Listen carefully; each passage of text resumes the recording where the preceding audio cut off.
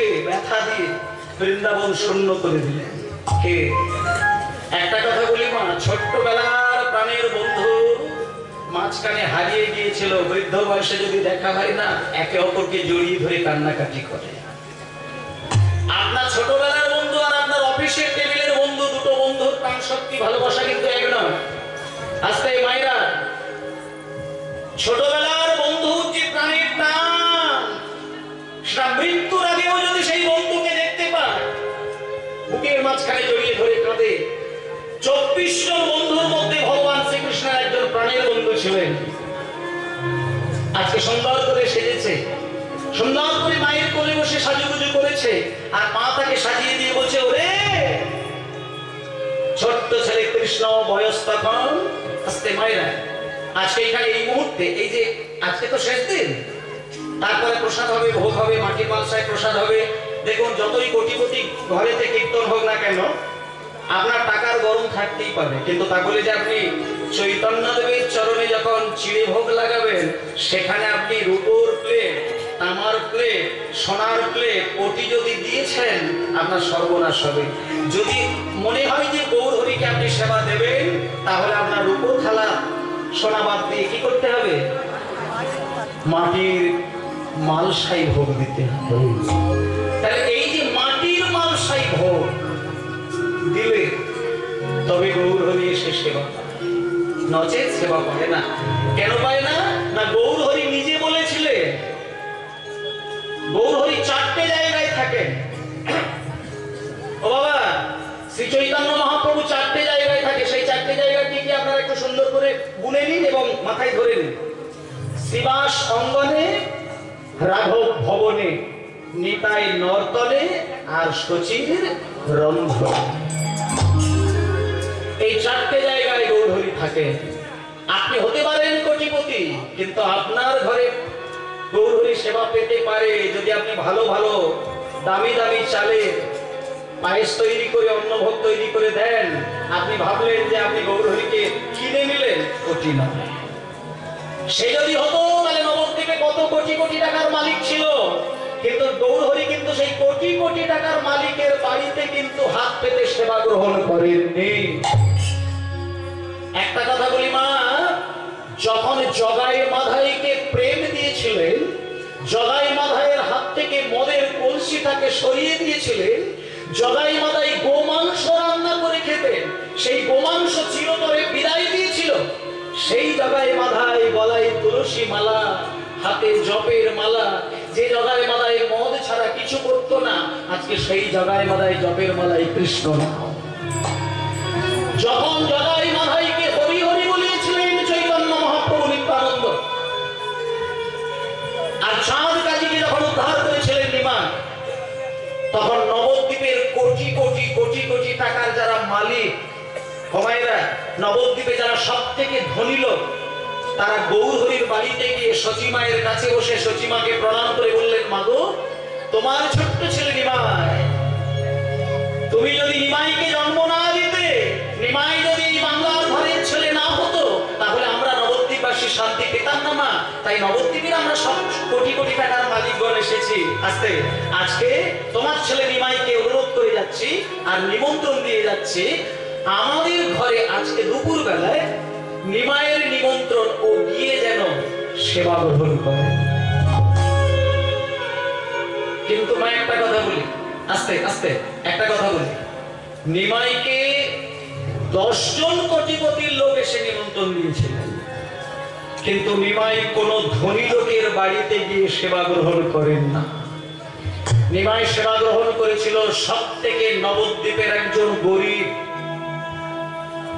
খড়ের চাল, বাঁশের জানালা, বাঁশের দরজা, কেউ এসে গেলে আসন পেতে বসতে দেওয়ার জায়গাটুকু তার থাকতো না, একটা ভালো গ্লাস নেই তাকে জল দেবে, তার নাম হলো শ্রীধর পণ্ডিত। নবদ্বীপের সবজি বিক্রেতা শ্রীধর পণ্ডিত বাড়ি তৈরি করতে পারে না, ভালো ব্যবসায়ী হতে পারে না, শুধু গৌর বলে কেঁদেছে, আর কিচ্ছু করতে পারে না। সেই শ্রীধর যখন গৌর হরিকে ডাকলেন, কোন কোটিপতির বাড়িতে নিমাই গেল না, শ্রীধরের বাড়িতে গিয়ে মাথা নিচু করে মাটিতে বসে ভাঙা গ্লাসে জল খেয়ে নিমাই বাড়িতে এসেছে। কারণ নিমাই কোটি কোটি টাকার মালিকে দামি দামি চাল ডালের প্রসাদ গ্রহণ করেন না, নিমাই মাটির মালসায় সেবা গ্রহণ করেন। কেন? এই নিমাই কথা দিয়েছিলেন, দাপর যুগে কথা দিয়েছিলেন কাকে? সেই লীলা কাজটা সাধন করবো। দেখুন একটা কথা বলি, আস্তে আস্তে নতুন করে কিন্তু লীলা কিছু তৈরি হয় না, যা হয়েছিল যা ছিল ছিল। শুধু ভক্তি প্রেম ভালোবাসা দিয়ে যতবার শোনা যায় ততবার নূতন রূপে লীলা দর্শন করা যায়, শুধু প্রেম থাকতে হবে। আজকে চলুন সেই যে ভক্ত 24 জন বন্ধু, তাদের মধ্যে একজন বয়স ছিল কৃষ্ণের 5 বছর, মাত্র 5 বছর, আর তারই সমবয়সী বন্ধু, তারও বয়স 5 বছর। কি মিষ্টি করে বৃন্দাবনে খেলা খেলছে, এমন সময় ব্যথা পেয়ে গেলেন। কি 5 বছরের ছেলে যখন হয়ে যায়, কারোর বাড়িতে দেখবেন, এটা প্রত্যেকের বাড়ির কথা বলছি, 5 বছরের ছেলে যখনই হয়ে যাবে, মা বাবা এতদিন ছেলের উপরে কোন রকম কোন আইন খাটায় না, কিন্তু যখন 5 পেরিয়ে যাচ্ছে তখন মা বাবার মাথার উপর একটা দায়িত্ব পড়ে যে না, ছেলেকে আর খেলতে দিলে হবে না, ছেলেকে এইবার একটু নিয়ম করে কি লেখাপড়া শিখতে হবে। ও মায়েরা, 5 বছরের ছেলেও টোটো করে ঘুরবে, 10 বছরের ছেলেও টোটো করে ঘুরবে, ভালো লাগে? কেন ভালো লাগে না জানেন? 5 বছরের শিশুটা যখন মায়ের সামনে দাঁড়িয়ে দাঁড়িয়ে কাঁদে, কান্না দেখতে ভালো লাগে, কিন্তু 30 বছরের বেকার ছেলেটা যখন মা বাবার সামনে দাঁড়িয়ে কাঁদে, তখন কিন্তু সেই কান্না মা বাবা সহ্য করতে পারে। তাই প্রত্যেকটা মা বাবা চায় যে আমার ছেলেকে আমি শান্তি সুখ দিয়ে মানুষ করবো, কিন্তু হতে পারে না, হতে চায় না।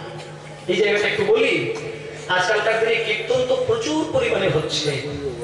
আজ থেকে আমি বলছি আমার জীবনের ঘটনা, 30 বছর আগে এত কীর্তন হতো না, এটা আপনারাও জানেন। 30-40 বছর আগে এত কীর্তন হতো না, মারাত্মক রূপে কীর্তন প্রচার হচ্ছে, বাড়িতে বাড়িতে হরিনাম হচ্ছে।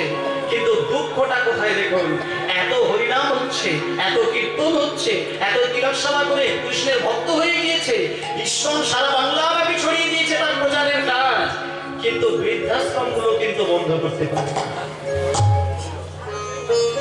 আজ থেকে 30 বছর আগে সারা হাওড়া জেলা খুললে একটা বৃদ্ধাশ্রম ছিল কিনা সন্দেহ।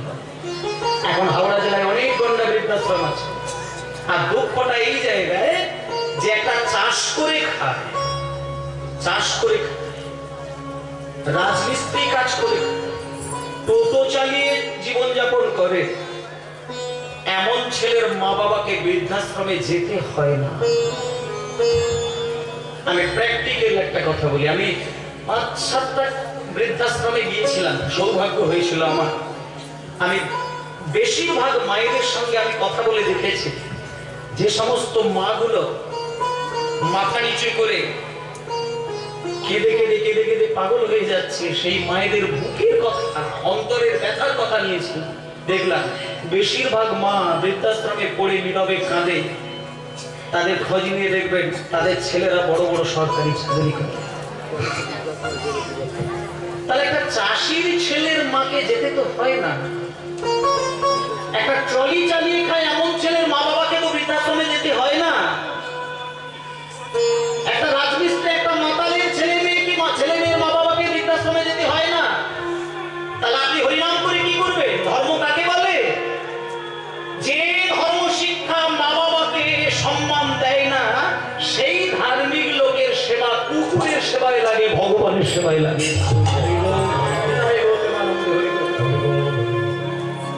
সেই লীলা দৃষ্টান্ত মা বাবা সন্তানকে মানুষ করার জন্য, ভক্ত করার জন্য, প্রতিষ্ঠা লাভের জন্য নিজের জীবন শেষ করে, প্রতিদানে মা বাবা প্রাণ ভরে ভালোবাসা পায় না, সন্তানের থেকে পায় না। আজকে ছোট্ট ছেলে রচনা দেবী কোলে বসে সাজছে, 5 বছর বয়স। লীলাটাকে আপনারা এমন ভাবে শুনবেন যেন আমার মুখ থেকে শুনতে শুনতে আপনার হৃদয়ে যেন আপনি সিনেমার মতন ছবিটাকে আপনি দেখতে পেয়ে যান, আপনি কান্না ধরে রাখতে পারবেন। যদি আপনি কাঁদতে পারলেন তবে তো সবই হয়ে গেল, আর বাকি থাকলোটা কি? আজকে সেই ছোট্ট ছেলে নাম সুদামা। রচনা দেবী কোলে আদর দেখিয়েছে, ভালোবাসা দেখিয়েছে, সাজিয়ে দিয়েছে। ছোট্ট ছেলেকে বলছে, খোকা রে, আমি তোকে নতুন করে সাজিয়ে দিলাম, তুই কৃষ্ণের সাথে খেলা খেল, কিন্তু আমি তোর মা, আমি তোকে বলি কৃষ্ণের সাথে যখন খেলা খেলবি খেয়াল করবি তোর হাতটা গিয়ে কৃষ্ণের মুখে না লেগে যায়, তোর পা গিয়ে যেন কৃষ্ণের গায়ে না অঙ্গে না লেগে যায়। যদি তোর অঙ্গের আঘাতে কৃষ্ণ ব্যথা পায়, সেই ব্যথা আমার মুখে এসে যাবে। তুই যেমন আমার ছেলে, কৃষ্ণ আমার ছেলে। শোন বাবা, ব্যথা দিবি না। একটা কথা কি জানেন মা, মা বাবাকে ছেলে মেয়েরা বুঝিয়ে বাজিয়ে চলে যায়, কিন্তু খেলা খেলতে গেলে একই মায়ের পেটে দুই ভাই, এদিকের আর ওদিকের হয়ে খেলা খেললে ভাইয়ের বুকে ব্যথা লাগবে, ভাইয়ের গায়ে ব্যথা লাগবে, এটা দেখলে খেলা খেলা যায় কি? খেলা খেলা যাবে না। আজকে সুদামা মাকে বুঝিয়ে দিল, মা তুমি চিন্তা করো না, কৃষ্ণ আমার বন্ধু, তার বুকে ব্যথা লাগবে, আমারও ব্যথা লাগবে, আমি ব্যথা দেবো না, আমি ব্যথা দেবো না। মাকে বুঝিয়ে দিল, মাকে বুঝিয়ে দিয়ে সুদামা চললো আর আনন্দিত মনে আমরা রাম কানাইয়ের সাথে খেলবো, আমরা রাম হরি হরি হরি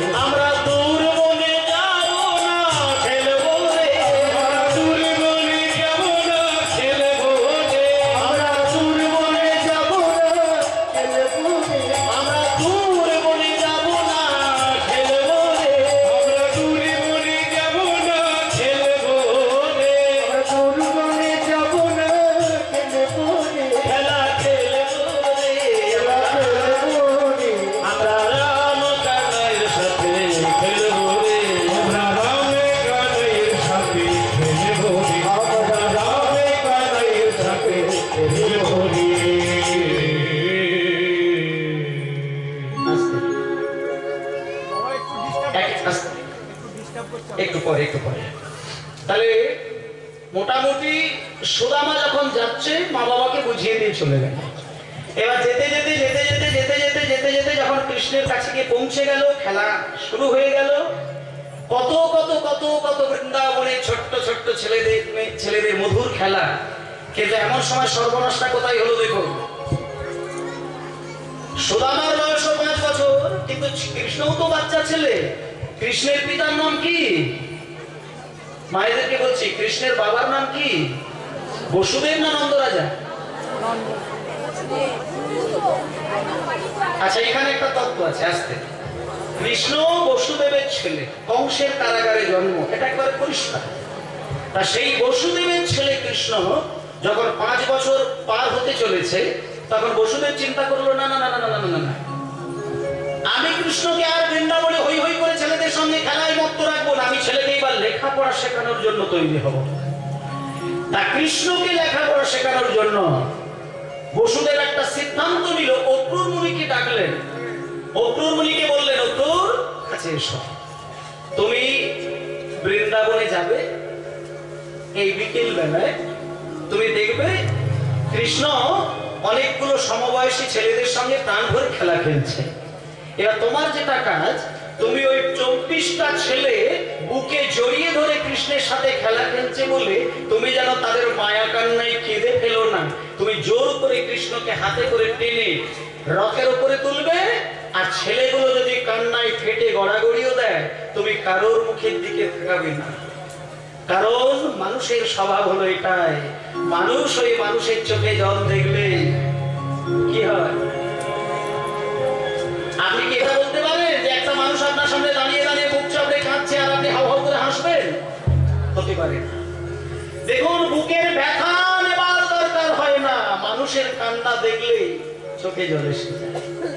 অক্রুরকে বুঝিয়ে দিলেন বসুদেব, অক্রুর, যখন কৃষ্ণকে তুমি রথে তুলবে, মাথা নিচু করে তুলবে, বেরিয়ে আসবে, কারোর দিকে তাকাবে না। যদি কারোর কান্নার শব্দ তুমি শুনতেও পাও, তুমি গান করবে না, বেরিয়ে আসবে, শান্তিপুরী মুনির গৃহে যাবে, ছেলেকে ভর্তি করবে, চলে আসবে। কি অপূর্ব জায়গা! আপনারা শুধু মন দিয়ে ধ্যান দিয়ে শুনবেন, আর কিছুক্ষণ বাকি রয়েছে। এই যে মা, যখন অক্রুর এসে বৃন্দাবনে ঠেকলো, দেখলো ছেলেরা কি সুন্দর খেলা খেলছে, কি সুন্দর খেলা খেলছে, কি সুন্দর খেলা খেলছে। ব্রজরাখা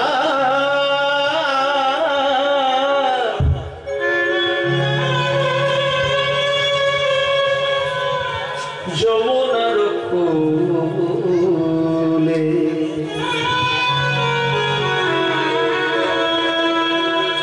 তরুতল সুশীতল রে, ব্রজরাখা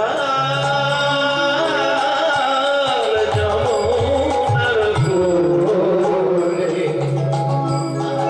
তরুতল সুশীতল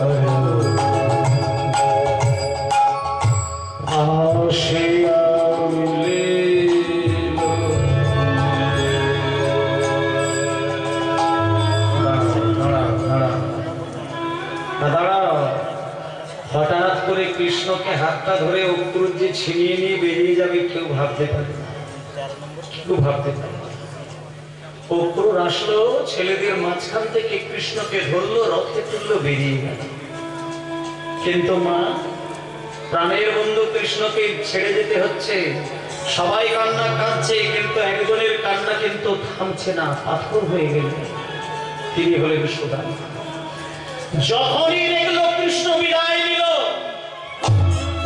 ওরে কানাই রে, কানাই রে, ওরে কানাই রে, হরি হরি হরি রে,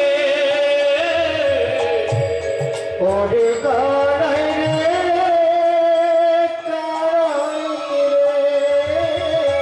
কানাই রে, বড় ব্যথা, শোনো মোর কথা, আমি কেমন বিদায় দেব, কেমন বিদায় দেব, কানাই রে, হরি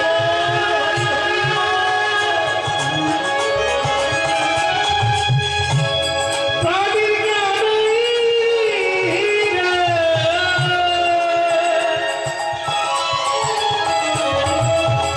আমি কেমনই বিদায় দেব, ওরে কানাই রে, প্রাণের কানাই রে, ওরে কানাই রে, কানাই রে, ওরে কানাই রে, কানাই রে, সারাটি জনম ও চাঁদ বদন, সারাটি জনম ও চাঁদ বদন, সারাটি জনম ও চাঁদ বদন, সারাটি জনম ও চাঁদ বদন, হৃদয়ে আঁকিয়া লাভ, হৃদয়ে আঁকিয়া লাভ, ওরে কানাই রে, কানাই রে, ওরে কানাই রে, কানাই রে,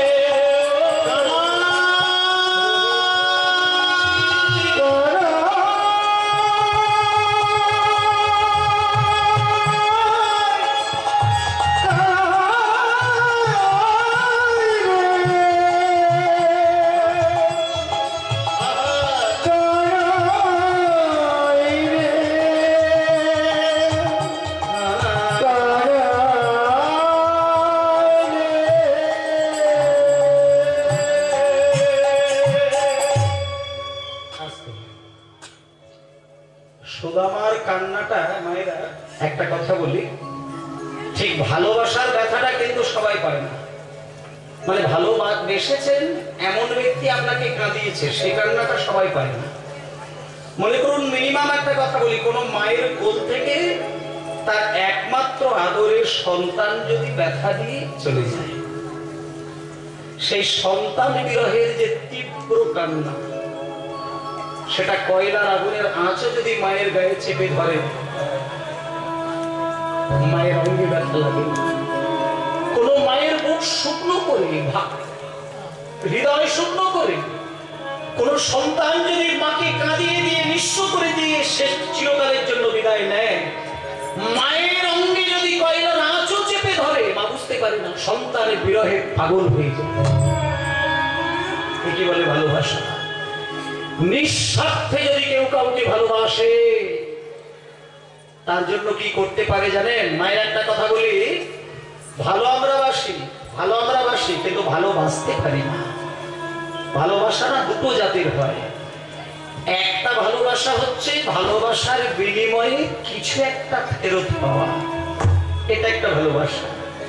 আরেকটি ভালোবাসা হচ্ছে ভালোবাসবো বলেই শুধু ভালোবাসা, শুধু ভালোবাসার জন্য বুকে জড়িয়ে ধরা, ভালোবাসার জন্য হৃদয়ে তাকে আপন করে রাখা, তাকে বলে প্রেম, তাকে বলে অহৈতুকী প্রীতি, তাকে বলে নিঃস্বার্থে প্রেম দান ভালোবাসা।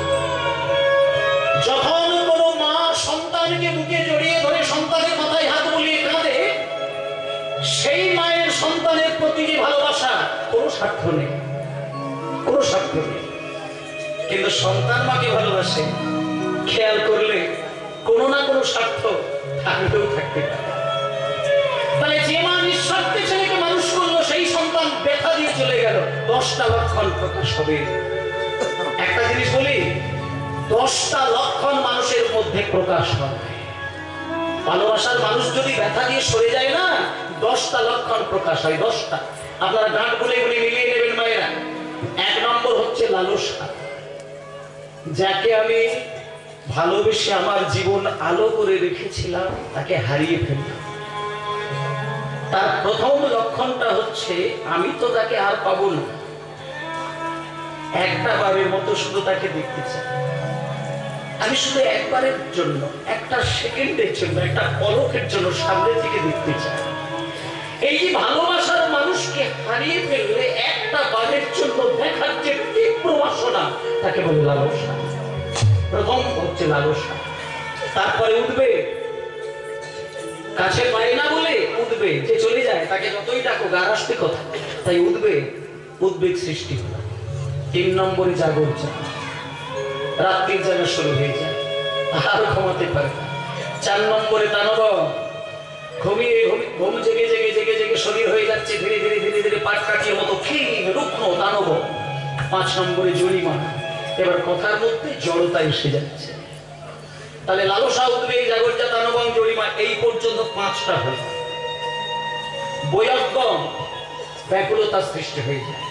7 নম্বরে ব্যাধি, এইবার দেখতে দেখতে শরীরে কঠিন কঠিন ব্যাধির প্রবেশ ঘটছে, ব্যাধি। 8 নম্বর উন্মাদ। উন্মাদ কাকে বলে? উন্মাদ মানে পাগল, সে আর আপনার মতো স্বাভাবিক কথা বলবে না, উন্মাদ। এই নবম দশাটা দেখুন কি প্যাথেটিক ব্যাপার, কি দুঃখের বিষয়। আপনার যদি প্রিয়জন, আপনার মা কিংবা বাবা যদি নার্সিং হোমে ভর্তি থাকে, তাকে বাঁচানোর কোনো স্কোপ যদি না থাকে, কোনো উপায় না থাকে, আপনি মাথা নিচু করে কাঁদতে কাঁদতে বাড়িতে ঢুকছেন, পাশের বাড়ির লোক বলবে কাকামশাই কেমন আছেন, বাবু কেমন আছেন? আপনি মাথা নিচু করে একটা উত্তর হয়তো দিতে পারেন, কোমায় চলে গিয়েছে। তাহলে এই যে কোমায় চলে গিয়েছে, যেটা ইংরেজিতে বলে কোমা স্টেজ, বাংলায় সেটা বলে মোহদশা। তাকিয়ে রয়েছে, কিছু দেখছে, কিছু একটা দেখছে, আপনি ভাবছেন, ও কিন্তু দেখতে পায় না, কোমায় চলে গেছে, মোহদশা। আর 10ম দশায় মৃত্যু।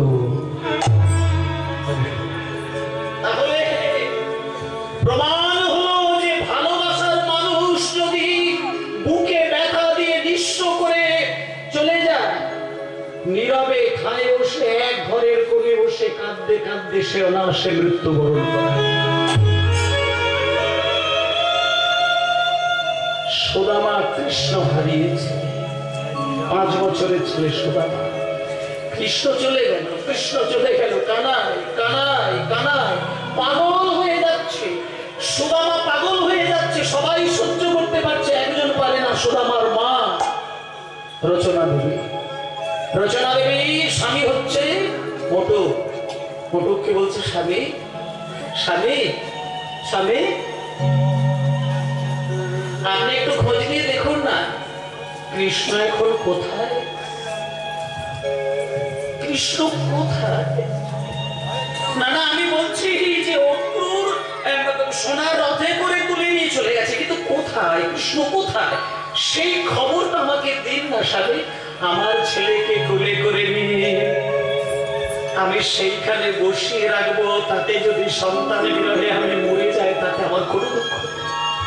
আমি সেইখানে পাঠিয়ে দেবো। কৃষ্ণ কোথায়? কৃষ্ণ কোথায়? মায়েরা, যখন রচনা দেবীর কথায় মোটু খুঁজতে লাগলো কৃষ্ণ কোথায়, খুঁজতে খুঁজতে দেখা গেল কৃষ্ণকে শান্তিপুরী মুনির গৃহে কৃষ্ণ বসে রয়েছে। আস্তে, শান্তিপুরী মুনির গৃহে কেন? লেখাপড়া শেখার জন্য। যখন দূর থেকে দেখে আসলো কৃষ্ণ শান্তিপুরী মুনির গৃহে, সঙ্গে সঙ্গে ছুটে এলো। সুদামার মাকে বলছে, ওগো, আমি এই মুহূর্তে দেখে এলাম শান্তিপুরী মুনির গৃহে সেই ছোট্ট কৃষ্ণ বসে আছে। সঙ্গে সঙ্গে সুদামার মা আর অপেক্ষা করলো না, সুদামাকে কোলে নিয়ে শিক্ষার উদ্দেশ্যে সবাই কথায় চলে না। হরি হরি সবাই কথায় চলে না। আর বহুদিন পরে কত আনন্দ বাড়ে না। বহুদিন পরে কত আনন্দ বাড়ে না।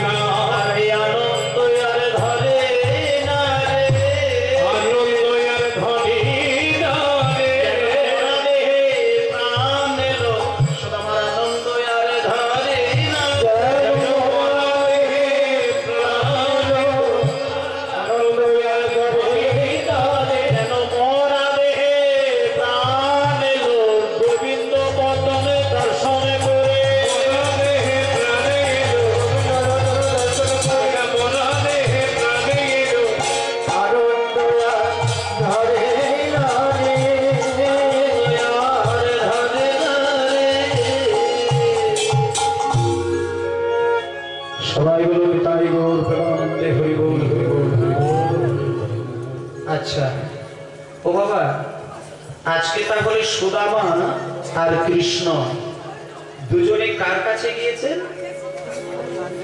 শান্তিপুরী মুনির কাছে গিয়েছেন। কেন গিয়েছেন? শিক্ষা লাভের জন্য। এখনকার দিনে ছেলেকে লেখাপড়া শেখানোর জন্য স্কুল কলেজে পাঠানোর বিষয়, কিন্তু তখনকার দিনে ওটা ছিল না। তখনকার দিনে শিক্ষা লাভ গুরুর গৃহে তাকে ভর্তি হতে হয়, আর সেই নিয়মেই চলছে। আজকে যখন শান্তিপুরী মুনির গৃহে কৃষ্ণ সুদামা পৌঁছে গিয়েছে, শান্তিপুরী মুনি সুদামার কৃষ্ণকে দেখে মনে মনে চিন্তা করলো, বাবা আমি পৃথিবীর মধ্যে একজন শ্রেষ্ঠ মাস্টার মশাই, যেখানে ভক্ত ভগবানকে একসঙ্গে পেয়ে গিয়েছি। এই কৃষ্ণ, কাছে এসো। তুমি আমার কাছে এসেছো বাবা, বলো বলো বলো বলো, তুমি কি শিখতে চাও? কি শিখতে চাও? কৃষ্ণ তখন বলছেন, গুরুদেব গুরুদেব, আস্তে আস্তে মায়ের আস্তে কথা না। আমি শুনেছি আপনি শাস্ত্রবিদ্যায় মহাপণ্ডিত, কিন্তু সেই সঙ্গে আমি জানি যে আপনি যুদ্ধবিদ্যাতেও মহাপণ্ডিত।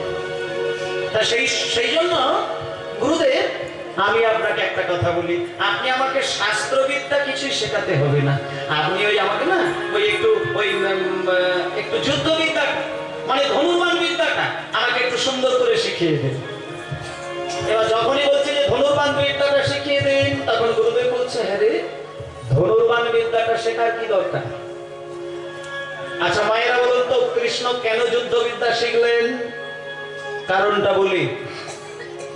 কৃষ্ণ যুদ্ধবিদ্যা শিখেছিলেন এই কারণে তাকে অনেক বৃন্দাবনের অসুর মারতে হয়েছিল, অনেক রাক্ষসদের সঙ্গে লড়াই করতে হয়েছিল। অগাসুর বধ, বকাসুর বধ, কিনাবত্রাসুর বধ, কালীয় দমন, পুতনা, এগুলো কে করেছিল? কৃষ্ণ করেছিলেন। তাই জন্য আজকে সুদামা বলছেন, কৃষ্ণ কি বলছেন গুরুদেব? এই কৃষ্ণ, আচ্ছা বাবা ঠিক আছে ঠিক আছে, তোকে আমি যত যত যত যত যুদ্ধবিদ্যা আমি তোকে সুন্দর করে শিখিয়ে দেবো, কিন্তু সেই সঙ্গে শাস্ত্রবিদ্যাটা একটু ভালো করে শেখ। ব্যাস হয়ে গেল। তাহলে কৃষ্ণের সাথে গুরুদেবের কথোপকথন শেষ হয়ে গেল। এবার বাকি থাকলো কার? সুদামা।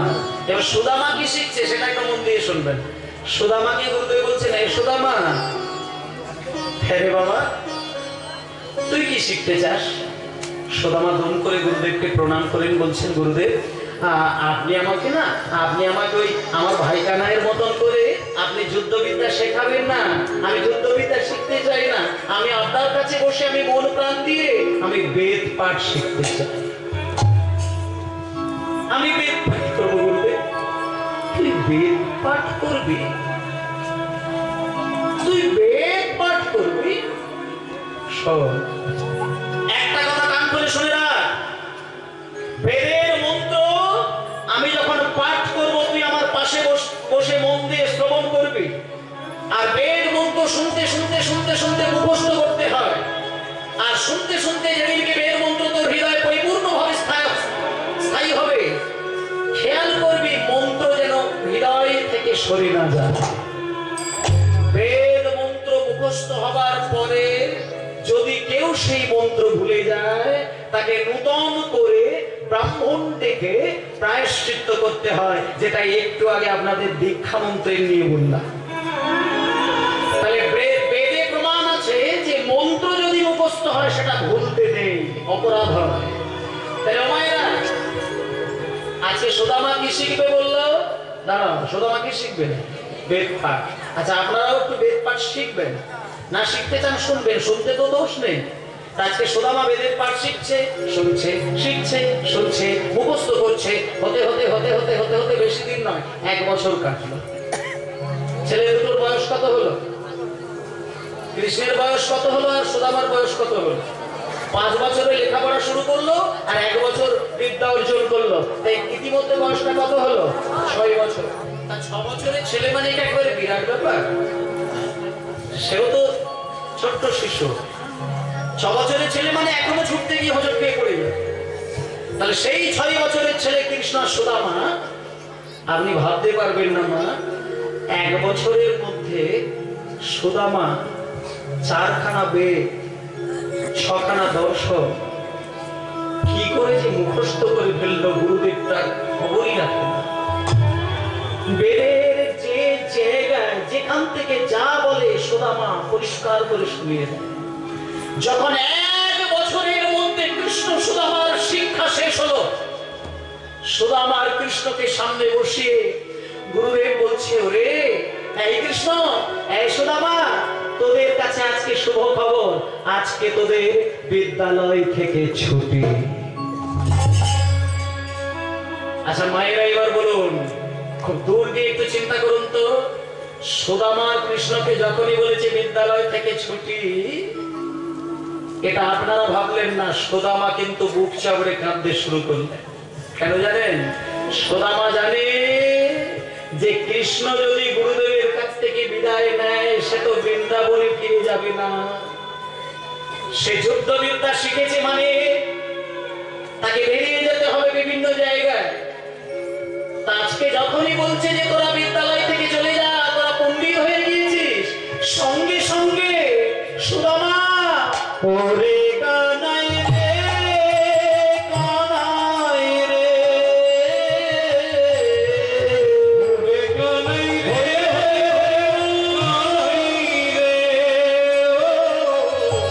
ওরে কানাই রে, কানাই রে, প্রাণে বড় ব্যথা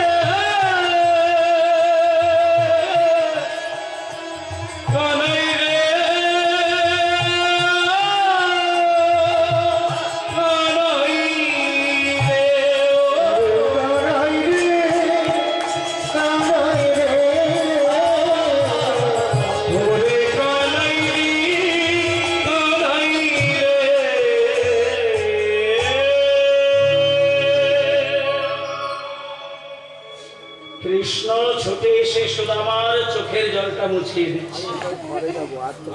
মায়েরা, ছোট্ট ছেলে সুদামা চোখের জলটা মুছিয়ে দিয়ে বলছে, সুদামা তুই ওইভাবে কাঁদিস না, ওইভাবে কাঁদিস না, ওইভাবে কাঁদিস না। শোন সুদামা, তোর চোখ থেকে জল আসলে আমার বুকে যে বড় ব্যথা লাগে সুদামা, কাঁদিস না, কাঁদিস না। এবার মায়েরা দেখো সুদামাকে কৃষ্ণ কি কথাগুলো বলছেন। এই সুদামা, আমি তোকে একটা কথা বলবো। আমি এখন যাব দ্বারকায়, তারপরে যাব মথুরায়। তুই তোর মা বাবার কাছে ফিরে যা। যেদিন কোনো সময় আমার কথাটা তোর মনে পড়বে, তোকে এত কাঁদতে হবে না, শুধু তুই চোখটা বন্ধ করে আমার কথাটা স্মরণ নিবি, আমি তোর হৃদয় মাঝে উদিত হব। তোর চোখে জল দেখলে আমার মুখে বড় ব্যথা লাগে। কাঁদিস না, কাঁদিস না, চলে যা, হাসতে হাসতে চলে যা। কৃষ্ণ বিদায় নিয়ে চলে গেল। জায়গাটা সুন্দর করে উপলব্ধি করবেন মায়েরা। কৃষ্ণ চলে যাচ্ছে, গুরুদেবও দাঁড়িয়ে রয়েছে, সুদামাও দাঁড়িয়ে রয়েছে। কৃষ্ণ যতদূর দেখা যাচ্ছে সুদামা নীরবে কাঁদছে। যখন কৃষ্ণ চলে গেল, সুদামা গুরুদেবের চরণ ধরে বলছেন, গুরুদেব আমাকে এবার বিদায় দিতে হবে। আমি ছোট্টবেলায় মা বাবার কোলে বসে আমি শুনেছিলাম গুরুদেবের কাছ থেকে দীক্ষা শিক্ষা গ্রহণ করলে গুরুদেবকে নাকি দক্ষিণা দিতে হবে। গুরুদেব, আপনি আমাকে পণ্ডিত তৈরি করলে, কিন্তু আমি বিদায় নেব, আপনার চরণে তো আমার দক্ষিণা দেওয়া দরকার গুরুদেব। কিন্তু কি দক্ষিণা দেব? শুনুন গুরুদেব, আপনি যখন আমাকে বেদ পাঠ শিখিয়ে পণ্ডিত তৈরি করলেন, আমি আপনার দুটো চরণ ছুঁয়ে টাকা পয়সা নয়, সোনা দানা নয়, কোনো জমি জায়গা নয়, আমি গুরু দক্ষিণা হিসাবে আপনার দুই চরণ ছুঁয়ে আমি প্রতিজ্ঞা করলাম, আমি যতদিন বেঁচে থাকবো আমি জীবনে কোনোদিন মিথ্যে কথা বলবো না, অন্যায়ের সঙ্গে আপোষ করে চলবো না, তাতে আমার অন্ন জুটো বা না জুটো। আপনার যদি বাড়িতে টাকার গরম থাকে না, আপনার গুরুদেব যদি আপনার বাড়িতে আসে, আপনি মনে করলে 1 লক্ষ টাকা গুরুদেবকে দিতে পারেন। যদি কোনো কোটিপতি মানুষ মনে করে গুরুকে 1 লাখ টাকা দেবে, অনায়াসে দিতে পারে, কিন্তু গুরুর চরণ ধরে আমি জীবনে মিথ্যে কথা বলবো না, অন্যায়ের সঙ্গে আপোষ করবো না, তাতে আমার অন্ন জুটুক বা না জুটুক, কে বলতে পারে? সুদামা দিয়েছিলেন। সুদামা এত বড় প্রতিজ্ঞা করেছিলেন। সুদামা বাড়িতে আসলেন, চলে গেল কৃষ্ণ। দেখতে দেখতে কটা দিন কাটলো, কটা মাস কাটলো, কটা বছর কাটলো।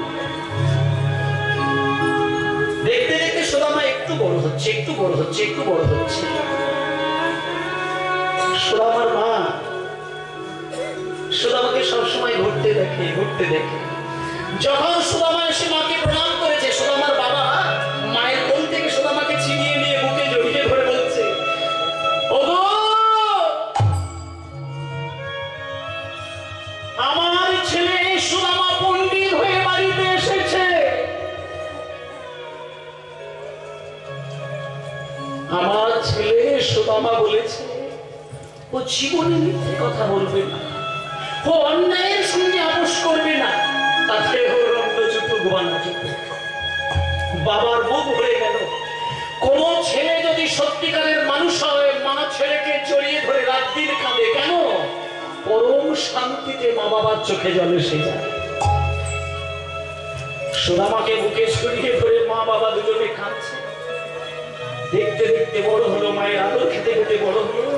সুদামা যখন একটু বড় হয়েছে, রচনা দেবী মোটো দুজনে চিন্তা করলেন, আমার ছেলে তো দেখতে দেখতে বড় হলো, আমার ছেলে তো দেখতে দেখতে বড় হলো, এবার আমরা বরং ছেলের বিবাহ দেবো, ছেলের বিবাহ দেবো, অন্তত বৌমা তো দেখবো। সুদামার বিশেষ করে মা চিন্তা করছে যে কোন দিন আমরা মরে যাবো তার ঠিক নেই, অন্তত বৌমার মুখটা দেখে যদি যেতে পারি স্বর্গে গিয়ে অন্তত শান্তি পাবো। এই বলে দেখুন মায়েরা, সুদামা তড়িঘড়ি করে একটা মেয়ের সঙ্গে বিবাহের দিন ধার্য করে ফেললো। ইতিমধ্যে মধ্যে সুদামার বিবাহ হয়ে গেল।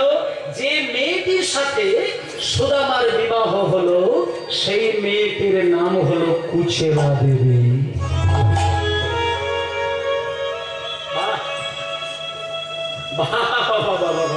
কি আনন্দ, কি আনন্দ! সুদামার বিয়ে হচ্ছে, কত মানুষজন এসেছে, খাওয়া দাওয়া করছে, আশীর্বাদ দান করছে। সুদামার ইতিমধ্যে বিবাহ হয়ে গেল, কটা দিন কাটলো, কটা মাস কাটলো, কিন্তু মা কপাল ভালো না। বিবাহের কটা দিন পরে সুদামার মা, সুদামার বাবা মৃত্যুবরণ করলো।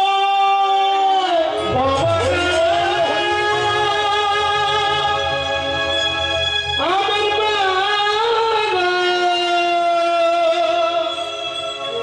জনমের মতো চলে গেলি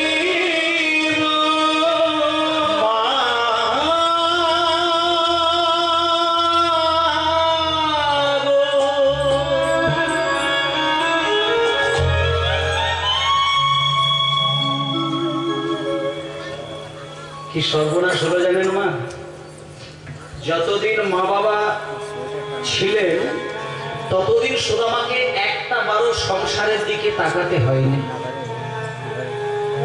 এই লীলার এই জায়গাটা কিন্তু একটা শিক্ষা দিচ্ছেন, মা বাবা বৃদ্ধ হয়ে বাড়ির একটা কোণে কথা না বলতে পেরেও যদি বসে থাকে, বাবার একটা শুভ আশীর্বাদ ছেলেকে রাতারাতি রাজা করে দিতে। আজকে সুদামা মা বাবা যতদিন ছিল সংসারে কত সুখ, কত শান্তি, কত কত কত, কিন্তু যেদিন মা বাবা হারিয়ে গেল তার কটা বছরের মধ্যে সুদামার জন্য যে বাড়িটা তৈরি করে দিয়েছিল মা বাবা, বাড়িটা বিক্রি করে দিয়েছে। যে জমি জায়গাগুলো ছিল সেগুলো বিক্রি করে দিলে, সুদামার জন্য সোনা দানা গয়না কাটেছিল সেইগুলো বিক্রি করে দিলে। মা বাবা হারিয়ে গেল, নিঃস্ব হয়ে গেল, ভিখারি হয়ে গেল। রাস্তার ধারে খেয়ে নিজের ভালোবাসার সহধর্মিনী নিয়ে তাল পাতার কুড়ে ঘর তৈরি করে সেই ঘরের মধ্যে স্ত্রীকে রেখে ভিক্ষা করে করে দিন কাটায়। একটা কথা বলি মা, আজকে পতিব্রতা নারী যারা হয়, যারা স্বামীকে স্বামী মনে করে নয়, স্বামীকে স্বামী মনে করে নয়, স্বামীকে স্বামী দেবতা জ্ঞানে যে মা জননী সম্মান করেন, এহেন পতিব্রতা নারী শুধু আশা করে স্বামীর পবিত্র ভালোবাসা, চায় না পাঁচতলা বাড়ি। সুদামা স্ত্রী সুদামাকে বলছেন, স্বামী স্বামী একটা কথা বলি, তাল পাতার কুড়ে ঘরে আমাকে আপনি সাজিয়ে রেখেছেন বলে আপনি কষ্ট পাবেন না।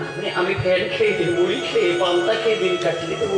শুধু ভালোবাসা থাকলেই সংসারে শান্তি পাবে, আর কিচ্ছু দরকার নেই। দেখতে দেখতে দেখতে দেখতে কটা দিন কাটলো, কটা মাস কাটলো, কটা বছর কাটলো, কিন্তু কি হলো জানেন? স্বামীকে ভালোবেসে নানা জ্বালা যন্ত্রণা সহ্য করা যায় না, এটা অনেক মা জননী পারেন। বিশেষ করে মায়েদের এমন একটা শক্তি আছে, স্বামীর ভালোবাসা পেলেই লক্ষ জ্বালা যন্ত্রণা দুঃখ দাঁতে দাঁত চেপে হাসি মুখে সহ্য করে দেয়। শত অভাব, পান্তা, ফেনা ভাত, শুকনো মুড়ি, কিচ্ছু নয়, কিচ্ছু নয়, কিচ্ছু নয়, সবই সহ্য করেছে। কিন্তু একটা জিনিস কি বলি মায়েরা, সুদামা স্ত্রী কুচেলা দেবী একদিন শাড়ি পরতে গিয়ে শাড়ির শত জায়গায় ছিদ্র দেখতে পেল। মানে সংসারে যদি অভাব আসে, একটা ভদ্রলোকের স্বভাব কখন নষ্ট হয়ে যায় বোঝা যায় না। এতদিন সুদামা স্ত্রী কুচেলা দেবী সুদামাকে বিন্দু ব্যথা দিয়ে কথা বলে না, কিন্তু যখন ওই ছেঁড়া শাড়িটা পরতে গেছে সুদামা স্ত্রী চোখে জল এসে গেছে। যখন এই দিকটা ঢাকতে যায় ওই দিক সরে যায়, যখন এদিক ঢাকে ওই দিকটা সরে যায়, যখন একটা একটা শাড়ি বারবার পরতে গিয়ে ছিঁড়ে গিয়েছে, অঙ্গ ঢাকতে পারে না। সুদামা স্ত্রী এই অভাবটা মেনে নিতে পারল না, একটুখানি রেগে উঠল। সুদামা ভজন করবে বলে বসেছে, সেই সময় সুদামার পিছনে গিয়ে সুদামার স্ত্রী কুচেলা দেবী বলছে, স্বামী স্বামী স্বামী, শুনেছি আপনার বন্ধু নাকি দ্বারকার রাজা। তা যার বন্ধু দ্বারকার রাজা হয় তার সংসারে এত দুঃখ কেন স্বামী? একটুখানি কষ্ট করে আপনার বন্ধুর কাছে যান না, হাত পেতে কিছু বলুন না, তাহলে তো আমাকে এত জ্বালা যন্ত্রণা সহ্য করতে হয় না। সঙ্গে সঙ্গে সুদামা কুচেলার দিকে তাকিয়ে বলছে, কুচেলা কি বলছো তুমি, কি বলছো তুমি? আমি আমার সংসারের অভাব আমার প্রাণের বন্ধু কৃষ্ণকে জানাবো, ভাই কানাইকে জানাবো? কুচেলা তুমি জানো না, তুমি জানো না, তুমি জানো না, ছোট্টবেলায় আমার ভাই কানাই আমার সাথে খেলা খেলতো। আমি তার মুখে এঁঠো খাবার জন্য আমার শরীরে দামি দামি গয়নাগুলো তাকে আমি খুলে দিতাম। যে ভাই কানাইয়ের মুখে এঁঠো খাবার জন্য শরীরের গয়নাগুলো আমি খুলে দিয়ে ঘরে আসতাম, আমার মা বাবাকে হারিয়ে গেছে বলে আমি মিথ্যে কথা বলতাম। আর আজকে আমি সেই কানাইয়ের কাছে অভাবের কথা জানাবো? কুচেলা আমি মরে গেলেও পারবো না, আমি মরে গেলেও পারবো না, তুমি যাই বলো কুচেলা আমি পারবো না। এইবার দেখুন মায়েরা, স্বামীকে যদি ভালো না বাসতো তাহলে কিন্তু ওইখানেই কিন্তু শেষ হয়ে যেত। কিন্তু যে মা জননী স্বামী ছাড়া কোনোদিন কারোর দিকে তাকায় না, যে মা জননী স্বামীর কথা ছাড়া কিচ্ছু কথা ভাবে না, সেই মা যদি ভুলবশত কোনো দুম করে একটা ভুল করে স্বামীকে ব্যথা দিয়ে কথা বলে না, স্বামীর চোখে যদি জল এসে যায়, এটা প্র্যাকটিক্যালি দেখবেন যে স্ত্রী পতিব্রতা হয়, যদি কোনো কারণে স্বামীকে ব্যথা দিয়ে কথা বলেও ফেলে, স্বামীর চোখে যদি এক ফোঁটা জল গড়াতে দেখে, 100 ফোঁটা চোখের জল স্ত্রীর নয়নে দিতে ভালোবাসার প্রতি চোখের জল সহ্য করা যায় না। কুচেলা দেবী যখনই স্বামীর চোখে জল দেখেছে, সঙ্গে সঙ্গে ছুটে গিয়ে চোখের জল মুছিয়ে দিয়ে বলছে, স্বামী কাঁদবেন না, আমি আপনাকে ব্যথা দিয়ে কথা বলি না, আমি আসলে না আপনাকে কি বলতে চাইছিলাম জানেন? আমি আসলে বলতে চাইছিলাম আপনার ভাই কানাইকে বহু বছর দেখেননি, আপনার ভাই কানাইকে তো অনেকদিন দেখেননি, আপনার আসলে মনটা, আপনার চিত্তটা বড় চঞ্চল হয়ে উঠেছে, এই জন্য আমি একটু ঘুরিয়ে বলছিলাম যে আপনি ভাই কানাইকে শুধু যাতে করে একটু দেখে আসেন। আমি আসলে অভাবের কথা বলছি না স্বামী, না না না না না না, অভাব বলতে হবে না, অভাব বলতে হবে না। আমি এটা জানি যে সংসারে হাজার অভাব থাকলেও যে সংসারে শান্তি থাকে, সেই সংসারের অভাব কিচ্ছু এসে যাবে না, কিচ্ছু এসে যাবে না। যখন এই কথাটা বললো, সুদামা বলছে, কুচেলার হাতটা ধরে বলছে, কুচেলা জানি না তোমার মুখে কেন এই কথাটাই, আমি গত 3টে দিন মধ্যরাত্রিতে আমার ঘুমটা ভেঙে গিয়ে আমার ভাই কানাইয়ের জন্য কেন জানি না বুকের ভেতরটা যেন খা খা করে উঠছে। কবে যাবেন, কবে যাবেন স্বামী, কবে যাবেন? যাবো তো, কিন্তু আবার কিন্তু কি, এই তো বললেন যাবেন, আবার কিন্তু কি? স্বামী কুচেলা তুমি জানো না, একটা কথা বলি, কাছে এসো। ঘন ঘন ঘন ঘন যদি কারোর বাড়িতে কেউ গিয়ে দাঁড়ায় না, কোনো কিছু নিয়ে যাওয়ার প্রয়োজনই হয় না। কিন্তু 10 বছর ছাড়া, 20 বছর ছাড়া যদি কোনো আত্মীয়, কোনো বন্ধু, কোনো বান্ধবী গিয়ে দাঁড়ায়, হাতে যদি কিছু নিয়ে না গিয়ে দাঁড়ায়, ভদ্রতা থাকে কি? তাই কুচেলা যদি কিছু এনে দিতে পারো,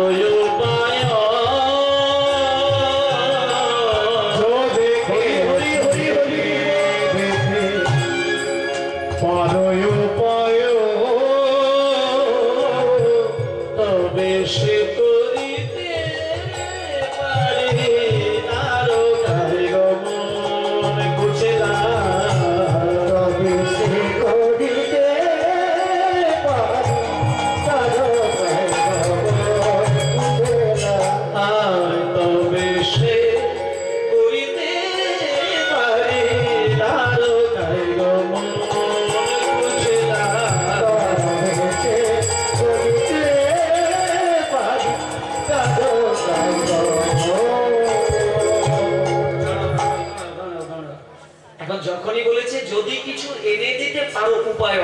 এই কথাটার মানেটা কি? মানে সুদামা স্ত্রীকে বলছে তুমি যদি কিছু উপায়ন মানে উপহার, তুমি যদি আমার ভাই কানাইয়ের জন্য হাতে করে কিছু একটা উপহার আমায় নিয়ে এসে দিতে পারো, ওটা আমি লুকিয়ে লুকিয়ে ভাই কানাইয়ের কাছে গিয়ে দিয়ে দেবো। এখন সুদামা স্ত্রী বলছে স্বামী আমি তো আপনার স্ত্রী আর আপনি তো আমার স্বামী, যে ঘরে আপনিও থাকেন সেই ঘরে তো আমিও থাকি, আপনি না খেলে আমিও খাই না আর আমি খেলে আপনি খান, তাহলে আপনার জন্য আমি কি এনে দেবো যেটা আপনি ভাই কানাইয়ের কাছে নিয়ে যাবেন? তাছাড়া আমি তো কিছুই নিয়ে আসতে পারবো না স্বামী, ছোটখাটো জিনিসকে আর ভাই কানাইয়ের জন্য চলবে? তখন কুচেলা দেবীকে বলছে শোনো কুচেলা, আমার ভাই কানাই ওই রকম ছেলেই নয় যাকে ছোটখাটো জিনিস দিলে নেয় না, তাকে ভালোবেসে যেটা দেবে সে হাসতে হাসতে বাহু বাড়িয়ে টেনে নেয়। তুমি যা কিছু দিতে পারো। যখনই বলেছে যা কিছু, কুচেলা দেবী কি বললেন জানেন মা? দেখো যার হয় এইভাবেই হয়ে যায়। কুচেলা দেবী এবার হাত জোর করে বললেন স্বামী আপনি তো প্রত্যেক দিনই ভোরের বেলায় বেরিয়ে যেতেন পাড়ায় পাড়ায় ভিক্ষা করার জন্য, আর যতটুকু যা পেতেন ফুটিয়ে দুজনেই তো খেতাম, কিন্তু আজকে আমি বার হব, আপনি বসে থাকবেন, আপনি যাবেন না, আমি যেটা পাবো সেটা আমরা দুজনে কেউ কিন্তু খাবো না, অনাহারে থাকবো, সেটা আপনি যত্ন করে নিয়ে গিয়ে আপনার ভাই কানাইকে দেবেন। আমায় ভিক্ষা দাও গো। আচ্ছা একটা কথা বলি, এই গানটা গাইবার আগে একটা কথা বলে দিচ্ছে, এই গানটা হচ্ছে ভিক্ষার গান, আর ভিক্ষার গান গাইলেই আমি দেখেছি বিশেষ করে মায়েদেরকে দম করে ভিক্ষার জন্য দাঁড়িয়ে পড়ে, কিন্তু আমি বলবো কোনো মা দাঁড়াবেন না, কারণ এটা তো লীলার মধ্যে আমি দেখাচ্ছি, তাই উঠে যদি ভিক্ষা দিতে আসেন গানটা নষ্ট হয়ে যাবে, কেউ দেবেন না, শুধু শ্রবণ করে যান, এটাই বড় জিনিস। তাহলে এই দেখুন কুচেলা দেবী ভিক্ষায় বেরিয়েছেন, যে মা জননী এখনই স্বামীকে অভাবের যন্ত্রণার কথা বললেন, সেই মা জননী কি করছে? ভিক্ষায় বেরিয়েছে। কার জন্য? কৃষ্ণের জন্য। আমায় ভিক্ষা দাও নগরবাসী,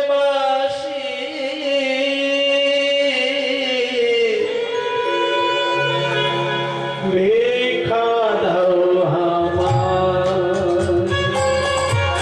আমার ভিক্ষা দাও গো নগরবাসী, ভিক্ষা দাও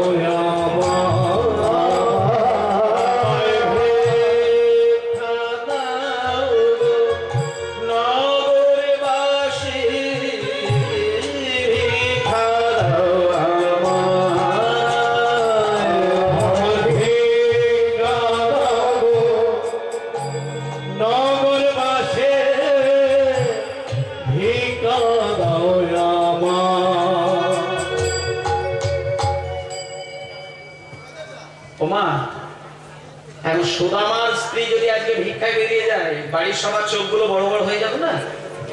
আপনারা চিন্তা করে মনে করুন, একটা পণ্ডিতের স্ত্রী সে যদি হঠাৎ করে ভিক্ষা করে, তা আপনারা একটু কিরকম কিরকম একটা লাগে না? আজকে সুদামার স্ত্রী যখন ভিক্ষায় বেরিয়েছে, পাড়ার লোক তো দেখি অবাক, এই যে আরে এ তো সেই সুদামার স্ত্রী। ও বউটা, এদিকে এসো, এদিকে এসো, ও বউটা এদিকে এসো। বলি তুমি যে ভিক্ষায় বেরিয়েছো, তোমার স্বামীর কি আজকে শরীর খারাপ হয়েছে নাকি গো? সুদামা স্ত্রী সামনে এসে বলছে না গো, আমার স্বামীর শরীর খারাপ নয়, আমার স্বামী খুব ভালো আছে। আসলে একটা কথা বলি তোমাদের, ওই আমার স্বামী তোমাদের বাড়িতে রোজ ভিক্ষা করে, তাই না? শোনো শোনো শোনো শোনো, তোমরা যে স্বামীকে ভিক্ষা দাও না, ওটা আমাদের দু মানুষের পেট চালানোর জন্য। আর আজকে যে আমি তোমাদের কাছে এসেছি, তোমরা আমার আঁচলে যদি কোনো কিছু দাও, ওটা কিন্তু আমরা কেউ খাবো না, ওটা আমি তোমাদের কাছ থেকে নিয়ে গিয়ে কি করবো জানো? তোমাদের ভিক্ষার দ্রব্য পাবে শ্যামরায়। হরি হরি বল। তোমাদের ভিক্ষার দ্রব্য পাবে শ্যামরায়, তোমাদের ভিক্ষার দ্রব্য পাবে শ্যামরায়।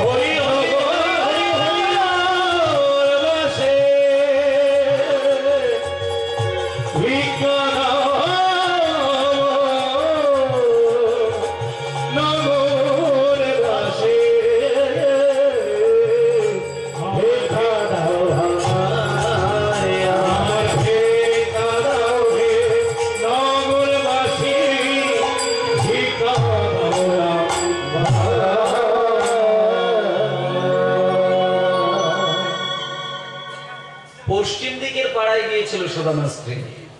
কেউ ভিক্ষা দেয়নি, কেউ ভিক্ষা দেয়নি। কত কত ক্রিটিসাইজ করে কথা শোনালো, কেউ ভিক্ষা দিল না।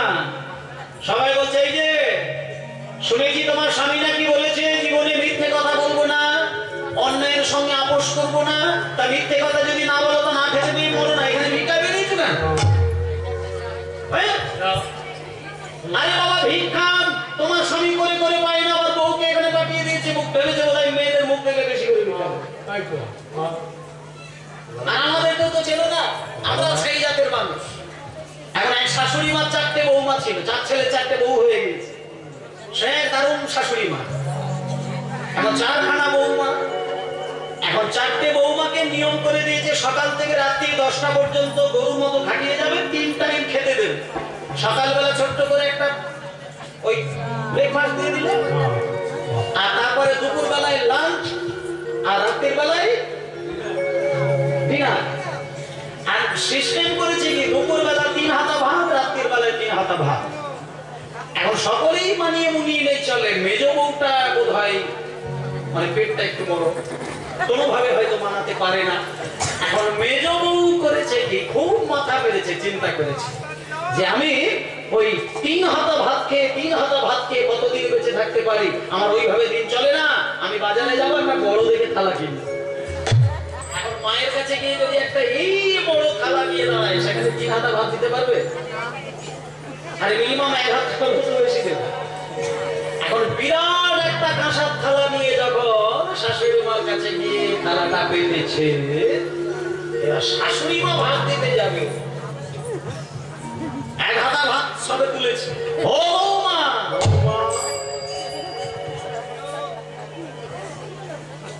থালা তোমার বড় হতে পারে, মা বাবার হাতে আছে। তুমি বড় থালা নিয়ে এসে বলে যে আমি এক্সট্রা 2 প্লেট ভাত বেশি দেবো, ওই জাতের শাশুড়ি মা আমি নই। 3 হাতা ভাত দেবো, বেরিয়ে যাও। তা ঠিক সেইভাবে আমাদের কেউ চেনো না। তোমার স্বামী পণ্ডিত হয়েছে, মিথ্যে কথা বলবে না, নাম কিনবে, যশ কিনবে, পাড়ার লোকে বলবে পণ্ডিত হয়েছে, আর মাঝখান থেকে ভিক্ষা করে বেড়াচ্ছে। আবার সে ভিক্ষে পায় না, বউকে ঢুকিয়ে দেবে। বলুন তো মায়েরা, পাড়ার লোকে তো এরকমই হয়। কটা মানুষ মনের ভেতর বোঝে। পশ্চিম দিকে 10টা বাড়িতে 20টা বাড়িতে গেল, সবাই এইভাবে কথা বললেন। কিন্তু বলুন, পাড়াতে 10টা বাড়ি খারাপ হতে পারে, 1000টা বাড়ি খারাপ হতে পারে, একটা বাড়ির লোক কি ভালো নেই? পশ্চিম দিকে যত যত বাড়ি ছিল, সেই ভেতর থেকে একজন একটা বৈষ্ণব বেরিয়ে এলেন। বৈষ্ণব বেরিয়ে এসে বলছে, ওরে তোরা কি বলছিস, কি বলছিস তোরা? সুদামা এরকম মানুষ নয়। সে জীবনে মিথ্যে কথা বলে না বলে তার এই অবস্থা। সে জীবনে মিথ্যে বলে না বলে তার সংসারে এত অভাব। একটা পণ্ডিত সে যদি মনে করে রাতারাতি 5 তলা বাড়ি করতে পারে, যদি মিথ্যের আশ্রয় নিতে পারে। তা তুই সুদামাকে চিনিস? তোরা সুদামাকে জানিস? সুদামা মিথ্যে কথা বলে না বলে বাবার কোটি কোটি টাকার সম্পত্তি নিঃস্ব করে দিয়েছে। তোরা ওসব বুঝবি না, আমি বরং ওর আঁচলে কিছু দিয়ে দিই। এই বলে পশ্চিম দিকের পাড়ার একজন বৈষ্ণব বাড়ি থেকে 1 মুঠো চিড়ে নিয়ে সুদামার স্ত্রী কোচেলা দেবীর আঁচলে দিয়ে দিল। দক্ষিণ দিকের পাড়ায় গেল, কেউ ভিক্ষা দিল না। সেইখানে ওই একই ঘটনা, একজন বাড়ি থেকে 1 মুঠো চিড়ে ভিক্ষা পেলেন। উত্তর দিকের পাড়ায় সেইখানেও একই জিনিস, 1 মুঠো চিড়ে ভিক্ষা পেল। পূর্ব দিকের পাড়ায় 1 মুঠো চিড়ে ভিক্ষা পেল। তাহলে 4 দিক থেকে কতগুলো? 4 মুঠো চিড়ে ভিক্ষা পেয়েছে। এখানে একটা তত্ত্ব আছে বলি। শাস্ত্রে বলছে, পশ্চিম দিকের পাড়ায় যখন সুদামা স্ত্রী গেছিলেন, কেউ যদি ভিক্ষাটা না দিতেন, তাহলে পশ্চিম দিকে যত পাড়া, যত গ্রাম, যত জেলা, যত রাজ্য, যত দেশ, সব ভিখারি হয়ে যেত। কেন এই কথা বললেন? তত্ত্বটা দেখবেন। বলছে একটা পাড়ার মধ্যে, একটা গ্রামের মধ্যে, একটা জেলার মধ্যে, একটা রাজ্যের মধ্যে, একটা দেশের মধ্যে সবাই যদি কাপুরুষ হয়েও জন্ম নেয়, একজন মহাপুরুষ যদি নেমে আসতে পারে, তার জন্য দেশটা ধন্য হয়ে যায়।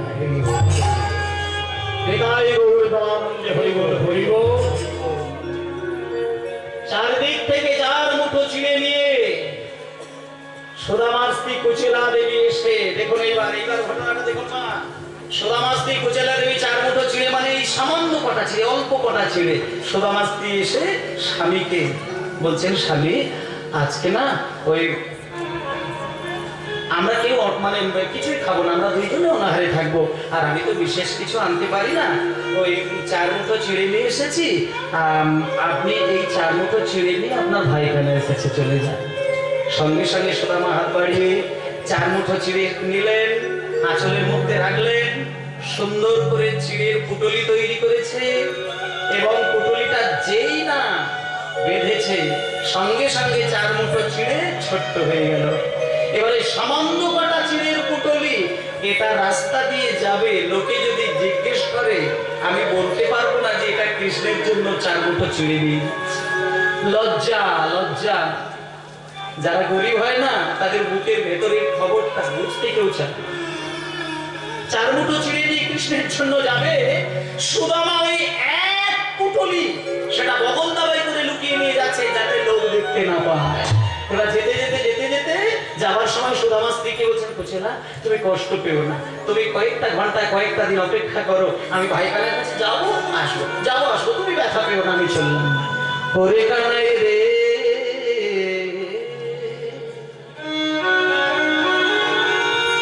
কোথায়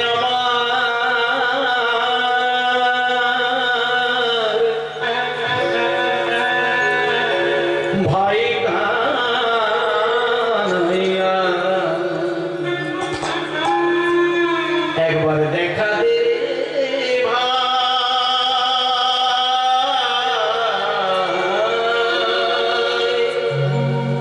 তোর বিরহে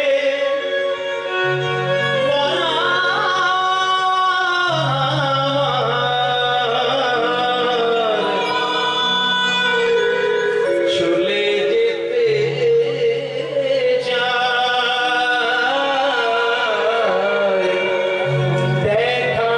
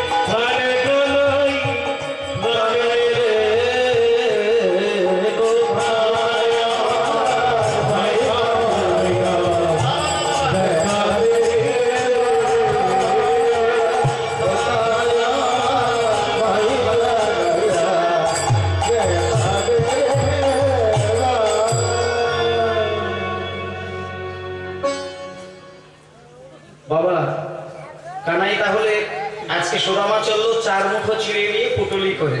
ভিখারি তো হয়ে গিয়েছে, মহিলা জামা কাপড় পরে ওই ছেলেটা এখন দরজার সামনে এসেছে, আর সেখানে তো কৃষ্ণ রাজা, সে তো দ্বারকার রাজা হয়ে গিয়েছে, আর দরজার সামনে তো 2 জন কি দারোয়ান প্রহরী দাঁড়িয়ে রয়েছে। আর এদিকে যখন ওই ভিখারি সুদামা গিয়ে দাঁড়িয়েছে, প্রহরীগণ তো সুদামাকে চিনতেও পারে না, জানেও না, বোঝেও না। যেই দেখছে একটা মহিলা জামা কাপড় পরে দাঁড়িয়েছে, এই ভিখারি দাঁড়াও দাঁড়াও দাঁড়াও, কে তুমি? সুদামা বলছে, ওগো হ্যাঁ হ্যাঁ আমি ভিখারি, ঠিকই বলেছো। তবে একটা কথা বলি, আমি ভিখারি, কিন্তু তোমাদের যে রাজা, যে কৃষ্ণ, যার রাজপ্রাসাদের দারোয়ান তোমরা, আমি কে জানো? তোমাদের রাজা কৃষ্ণের ছোটবেলার বন্ধু সুদামা। তোমরা বরং একটা কাজ করো, 2 জন তো আছো, আমি তোমাদেরকে টপকে যাবো না, একজন এখানে থাক আর একজন ভেতরে যাও।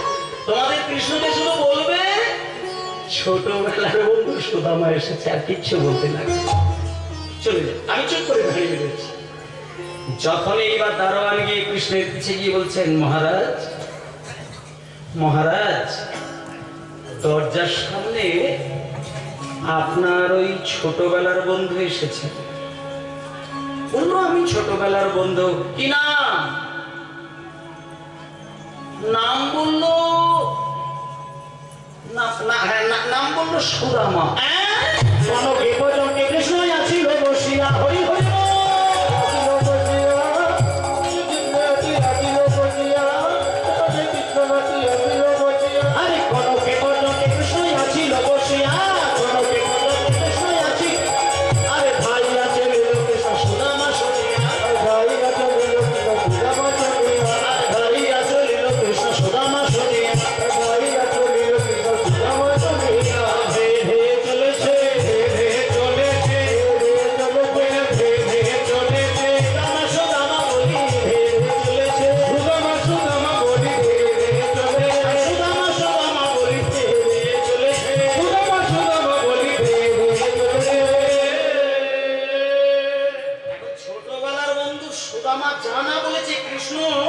সোনার সিংহাসন থেকে লাফিয়ে উঠে তীরের গতিতে ছুটে গিয়ে ছোট্ট সুদামাকে, সেই ছোটবেলার সুদামাকে যেই কাছে পেয়েছে, মুখে টেনে নিয়ে, সুদামা সুদামা, এতগুলো বছর পরে তুই দেখা দিলি, ভেতরে আয় ভেতরে আয় ভেতরে আয়।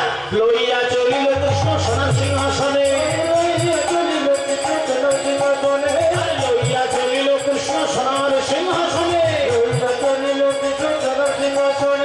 তাহাতে বসে করি কত না যত, তাহাতে বাতায় করি কত না যত, তাহাতে বাতায় করি কত না যত। বলি আই আই বসে রে, আই আই বসে রে, আই আই বসে রে, আই আই বসে রে, প্রাণী সুদামা আই বসে রে, তোরে প্রাণী সুদামা আই আই বসে রে, তোরে প্রাণী সুদামা আই বসে রে, তোরে প্রাণী সুদামা আই আই বসে রে। সুদামাকে কোথায় বসতে দিলে?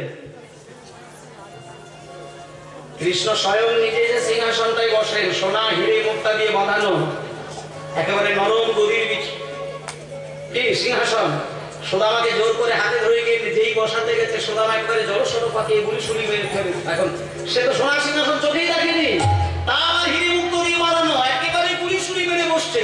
তখন কৃষ্ণ বলছে, আরে সুদামা, এইভাবে হাত পা জড়ো শুরু করে বসছিস কেন? এটা তোর সিংহাসন, অত অত চিন্তা করিস না, একবারে লজ্জা ভয় সব ছেড়ে দে, তুই একবারে আনন্দের সঙ্গে বুক ফুলিয়ে বস, বস। আই আই বসে রে, আই আই বসে রে, আই আই বসে রে, আই আই বসে রে, ওরে প্রাণী সুদামা আই আই বসে রে, ওরে প্রাণী সুদামা আই আই বসে রে, ওরে প্রাণী সুদামা আই আই বসে রে। এবার সোনার সিংহাসনে সুদামাকে বসিয়ে দিয়ে কৃষ্ণ কোথায় বসলেন? সুদামাকে বসিয়ে দিয়েছে কৃষ্ণ সুদামার পায়ের কাছে মাটিতে বসে পড়ল। ভক্তিটা এই জায়গায় ভালো করে লক্ষ্য করবেন। যখনই মাটিতে কৃষ্ণ বসেছে, তারপরের ঘটনা দেখুন, সঙ্গে সঙ্গে কৃষ্ণ বলছে, রুক্মিণী। কৃষ্ণের স্ত্রীর নাম রুক্মিণী। লক্ষ্মী একটা সোনার থালা নিয়ে আসবে তো।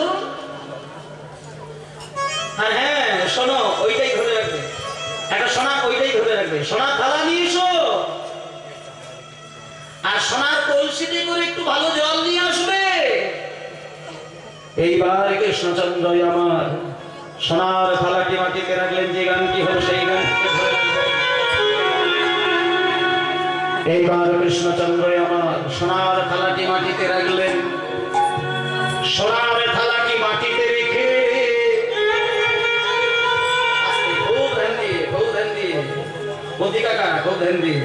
সোনার থালাটি মাটিতে রেখে তার উপর ভালো করে দেখো, ধ্যানটা দেখো, এইটাই সাধনা বলে। মানে রাজা মাটিতে বসেছে, আর তা নয়, তারপরে ঘটনা দেখুন, রুক্মিণীর থালা আর সোনার কলসি আনলো।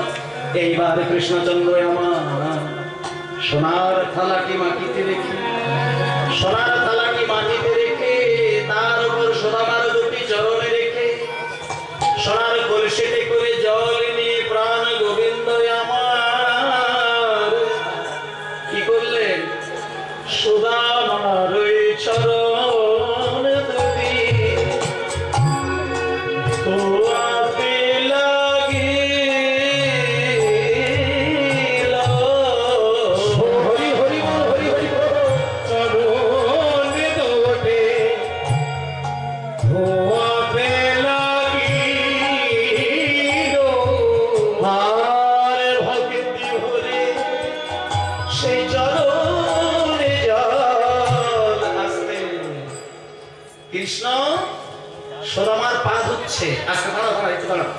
সারা রাস্তা হেঁটে হেঁটে এসেছে, কত ধুলা, কত কাঁকড়, কত কিছু কাঁটা বিঁধেছে, সেইগুলো পরিষ্কার করে দিয়েছে, দিয়ে একবারে চকচকে ঝকঝকে করে পাটাকে সরিয়ে দিয়েছে। সরিয়ে দেওয়ার পরে সুন্দর করে কোলে বসিয়ে শুকনো টাওয়াল দিয়ে মুছে দিয়ে পরিষ্কার করে দিয়ে এইবার যে চরণ ধৌত করা জল, সেই জলটা কি করলেন, সুদামার ওই চরণ ধুলে ধোয়াতে লাগিল। সুদামার ওই চরণ দুটি ধোয়াতে লাগিল, আর ভক্তি ভরে সেই চরণে জল কৃষ্ণ পান করিল। হরি হরি হরি, ভক্তি ভরে চরণে জল প্রাণ করিল, আর ভক্তি ভরে সেই চরণে জল কৃষ্ণ পান করিল। ভক্তি ভরে শ্রী চরণে জল কৃষ্ণ প্রাণ করিল, কৃষ্ণ পান করিল, কৃষ্ণ প্রাণ করিল। জল জল পান করলো, কি জল, তাই তো, হ্যাঁ, চরণ জল পান করেছে। সামনে দাঁড়িয়ে রইল রুক্মিণী সত্যভামা স্ত্রীগণ, আসতে না। এবার যে কোনো স্ত্রী যদি দেখে যে স্বামী চরণ জল খাচ্ছে, পা ধোয়া জল খাচ্ছে, আপনারা কি করবেন, বলে আমার স্বামী কি পা ধোয়া জল খাবে? রাস্তা থেকে হেঁটে হেঁটে আসা কালা নোংরা মিশ্রিত পা ধোয়া জল আমার স্বামী খাবে? সেই রকমই আজকে রুক্মিণী ছুটে গিয়েছে, ছুটে গিয়ে স্বামীর হাতটা ধরেছে, স্বামী আপনি কি করছেন? আপনি সুদামার চরণ ধোয়া জল পান করছেন। হাতটা ধরে বলছে, স্বামী জল যখন আপনি পান করছেন, আমি আপনার স্ত্রী, আপনি সব চরণ জল খাবেন না, আমাদের জন্য একটু চরণামৃত রেখে দিও, রেখে দিও, চরণামৃত রেখে দিও, চরণামৃত রেখে দিও।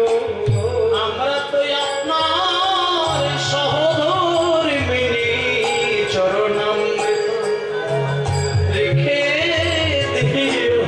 আমরা তো আপনার সহধর্মিণী, চরণে জল রেখে দিও। তাহলে বিবাহিত হয়ে গেল। এটা স্ত্রী বুঝলেন, কি অপূর্ব শিক্ষা। চরম ধৌত করা জল কৃষ্ণ পান করলেন, রুক্মিণী সত্যভামাদি সকল স্ত্রীগণ পান করলেন। এইবার সমস্ত ঘটনা মিটে যাওয়ার পরে এইবার কৃষ্ণ বলছেন, এই সুদামা, সুদামা আমি তোকে একটা কথা বলবো। না না না না না, আমি তুই যদি ঘন ঘন আমার বাড়িতে আসতিস আমি তোকে এই কথা বলতামই না। এতগুলো বছর পরে আমার দরজায় এসে দেখা দিলি সুদামা, আমি তোকে একটা কথা বলবো, আমার জন্য বৃন্দাবন থেকে কোনো কিছু খাবার আনিস নি তুই? যখনই বলেছে বৃন্দাবন থেকে খাবার, সুদামা নিয়ে গিয়েছিল এক মুঠো চিড়ে, তাও সেটা প্রকাশ্যে নয়, সেটা বগল দাবার উপরে লুকানো ছিল। আর যখনই বলেছে আমার জন্য কিছু খাবার আনিস নি, সুদামার মাথাটা নিচু হয়ে গেল। আর যখনই মাথাটা নিচু হয়ে গিয়েছে, কৃষ্ণ ভেবেছে বলে সুদামার বুকে আমি ব্যথা দিয়ে কথা বললাম। মুখটা তুলে বলছে, এই সুদামা, আরে তুই খাবারের কথা বলতে কষ্ট পেয়ে গেলি কেন রে? আরে বন্ধুত্বের খাতিরে তুই ওরকম রঙ্গ তামাশার কথা হবে, তুই ব্যথা পাস না। আমি তো সবই রসিকতা করে কথা বলছিলাম। মুখ তোল, আয় ওসব ছেড়ে দে, খাওয়া দাওয়াটা কি বড় জিনিস, ছেড়ে দে। আসল কথাটা বলি, এতক্ষণ তোর সঙ্গে কথা হলো, আর আসল কথাটা তোকে এখনো জিজ্ঞেস করা হয়নি।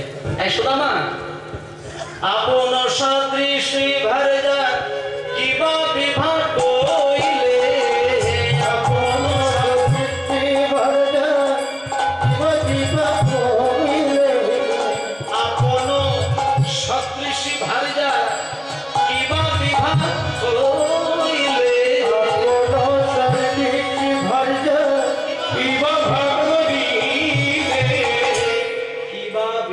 করলে, আপন সদৃশী ভার্যা। আপন মানে কি? আপন মানে কম না নিজে, আপন মানে পর নয়, নিজে।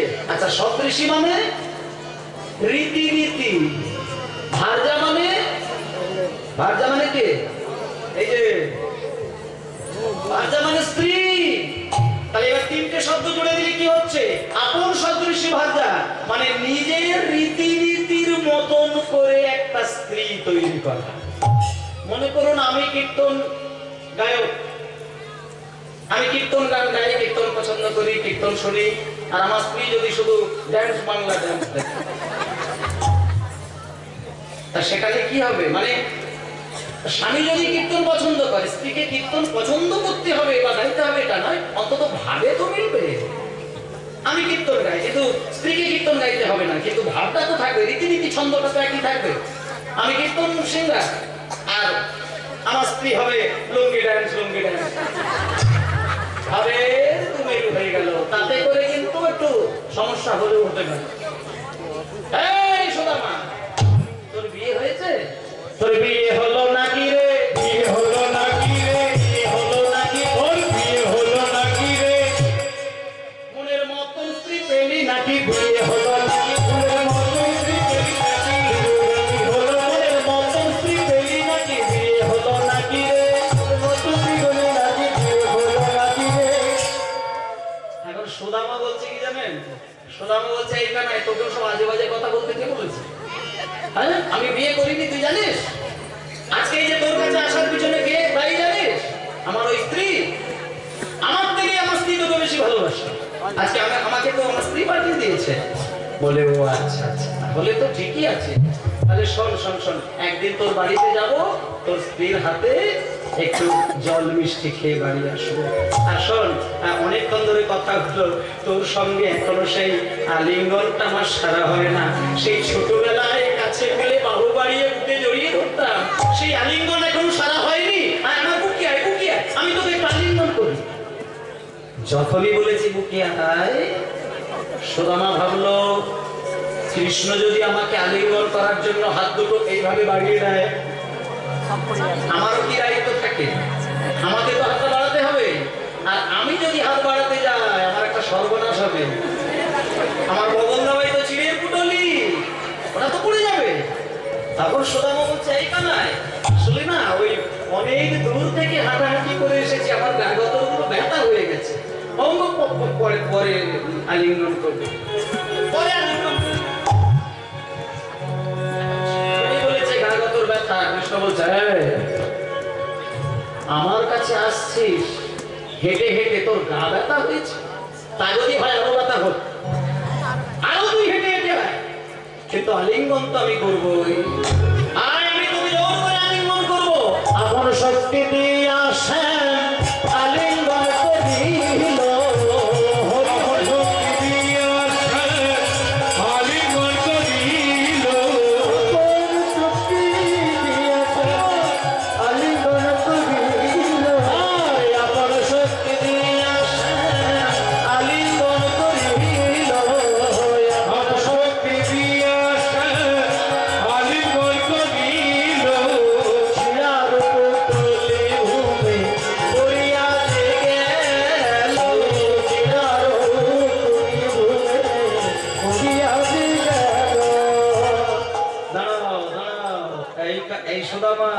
তাই বলি যে ছেলে সারা জীবন বেদ পাঠ করে তার তো ছোট্ট ভুল হবে না। আমি অতক্ষণ ধরে ভাবছিলাম তোর মতো ছেলে কিছু দেখি দেখি তোর ওনার মধ্যে কি বাঁধা রয়েছে, দেখি ওটা দেখি ওটা।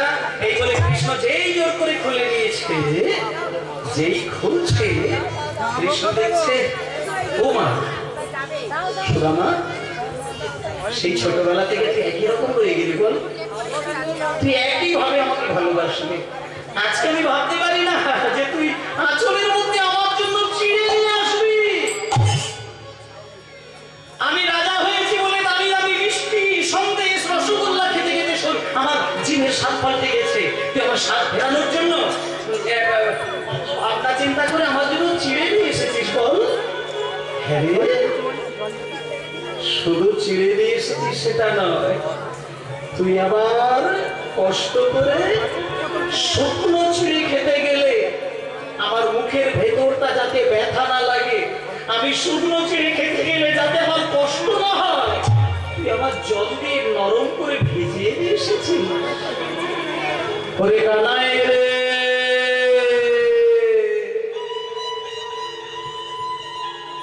সত্যি কথা বলতে কি আমি তো চিড়ে ভিজিয়ে আনি নয়, তবে এই চিড়েগুলো ভিজলো কেমন করে জানো? এই যে ভিক্ষা করা চিড়ে আমার স্ত্রী কুচিলা চারে তারে গিয়ে 4 মুঠো ভিক্ষা পেয়েছিল এই চিড়ে। এই 4 মুঠো ভিক্ষা চিড়ে আমি হাতে নিয়ে যখন তোর কাছে আনার কথা ভাবলাম, তখন আমার মনে মনে চিন্তা হলো, যে বদনে ক্ষীর সর ছানা ননি তুলে দিতে মা যশোদার হাতে কেঁপে যেত, যে বদনে পাতা পাতা ফল তুলে দিতে আমাদের হাতে কেঁপে যেত, সেই বদনে আমি শুকনো ছুঁয়ে কেমন করে দেব? এই কথা ভাবতে ভাবতে আমার চোখের জলে চিড়ে তাই গৌর হইব ভিজে গেল, আমার চোখের জলে চিড়ে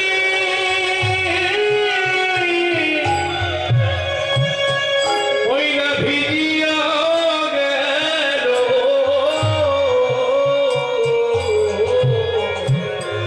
আমার চোখে জলে চিড়ে ভিজিয়া গেল, আমি কেমন করে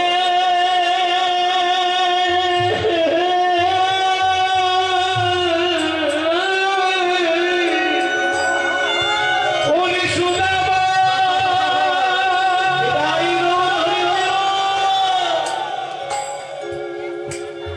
ওরে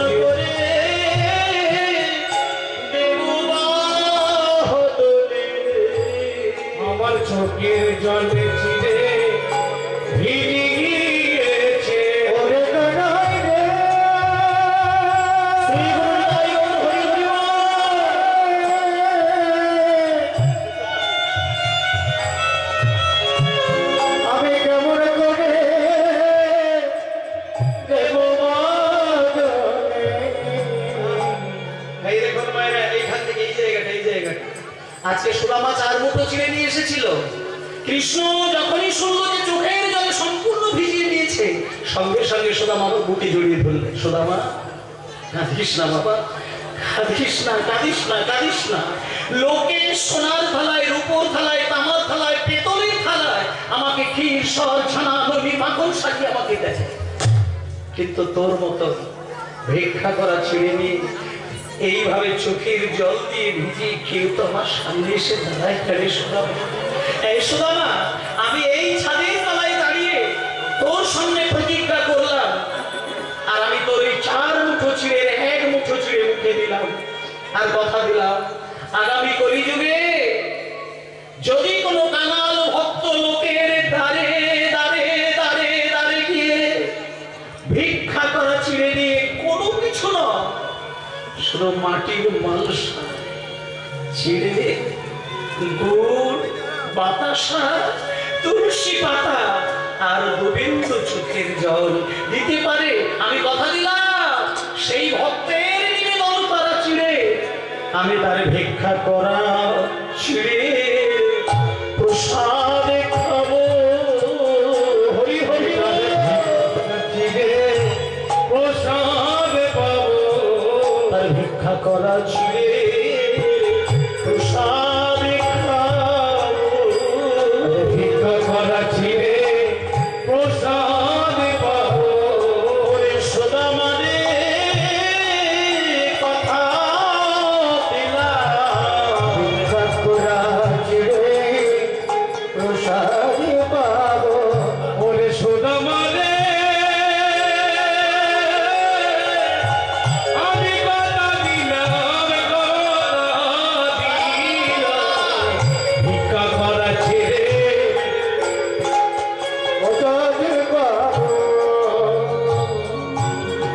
ভক্তমন্ডলী মায়েরা, আজকে সেই দিন, আগামীকাল সেই দিন ফিরে আসবে। সেই জন্য সেদিন থেকে কৃষ্ণ কথা দিয়ে দিলেন যে আমি আর রাজা জমিদারের ওই দামি দামি ধাতু নয়, মাটির মানুষের প্রসাদ খাবো। এই বলে সুদামার এই যে প্রসাদ সবাই পেলেন, নারদ মুনি পেলেন, শিব ঠাকুর পেলেন, শুধু দুর্গা পেয়েছিল না। এবার দুর্গা পেয়েছিল না বলে দুর্গা কিন্তু আক্ষেপ নিয়ে কেঁদে কেঁদে কৈলাস পর্বতের মুখে নিজের স্বামীর কাছে দাঁড়িয়ে কথা দিয়েছিলেন, স্বামী আজকে সুদামার প্রসাদ আপনি পেলেন, আমি বঞ্চিত হয়ে গেলাম। আমি কথা দিলাম আগামী কলিযুগে, এই দাপর যুগে যখন আমি সুদামার প্রসাদ থেকে বঞ্চিত হয়ে গেলাম, আমি দুর্গা যোগমায়া রূপে পুরীর মন্দিরে যখন জগন্নাথের প্রসাদ হবে, আমি কথা দিলাম সেই জগন্নাথের প্রসাদ প্রথমে আমি পাবো, তারপরে জগবাসী পাবে। এই বলে ওমা সুদামার সঙ্গে কৃষ্ণের কথা হয়ে গেল। এইবার একটা কথা বলি, খুব মূল্যবান জায়গাটা, এবার আস্তে আস্তে আস্তে আস্তে আরেকটুখানি একটুখানি, ওমা শেষ ভালো যা সব ভালো তার সময় হয়ে গেছে, আরেকটুখানি কীর্তন শুনছেন কত সময় দিয়ে বিছানা, আরেকটুখানি। এইবার যখন সুদামা বিদায় নেবে, বিদায়টা পালাটা করি, সুদামার সঙ্গে তার স্ত্রীর মিলনটা তো দিতে হবে, তা নাহলে আবার আপনাদের স্বামী স্ত্রীর যে ঝামেলা তৈরি হয়ে যাবে। এই শেষটা একটু শুনে যাবে। আজকে যখন সুদামা বিদায় নেবে, তখন এইবার সুদামা কৃষ্ণকে বলছে এইখানে এবার আমায় বিদায় দে, আমি বাড়ি যাই। সঙ্গে সঙ্গে কৃষ্ণ সুদামাকে জিজ্ঞেস করছে, সুদামা তোর সংসারে কোনো অভাব নেই তো? এইখানটা দেখুন, আপনারা তো দেখলেন সুদামার সংসারে কত অভাব। সুদামা কি বললো জানেন? যখন কৃষ্ণ বলছে তোর কোনো অভাব নেই তো, যদি থাকে বল আমি তোকে উজাড় করে দেবো। সুদামা বলছে, কানাই আমার সংসারে কোনো কিছু অভাব নেই, আমি খুব শান্তিতে আছি, খুব ভালো আছি, তুই শুধু সুখে থাকিস, শান্তিতে থাকিস, আমি চলে বিদায় নিল সুদামা। কানাই মনে মনে চিন্তা করলো, সুদামা তোর সংসারের ভেতরে কত দুঃখ আমি সারা জগতে কি জানি, তুই মুখ ফুটে আমাকে বললি না, তোর সংসারের অভাব আমাকে জানালি না, তুই আমায় কত ভালোবাসিস, বাড়ি যা গিয়ে দেখতে পাবি। এই বলে যখন সুদামা বাড়ি আসছে, তখন সুদামা গভীর জঙ্গলে একটা জায়গায় বসে এই কথাটা বলে বলে কেঁদেছিলেন। সেই কথাটা আমি আপনাদের শোনাচ্ছি, সুদামা নিজের মুখের কথাটা।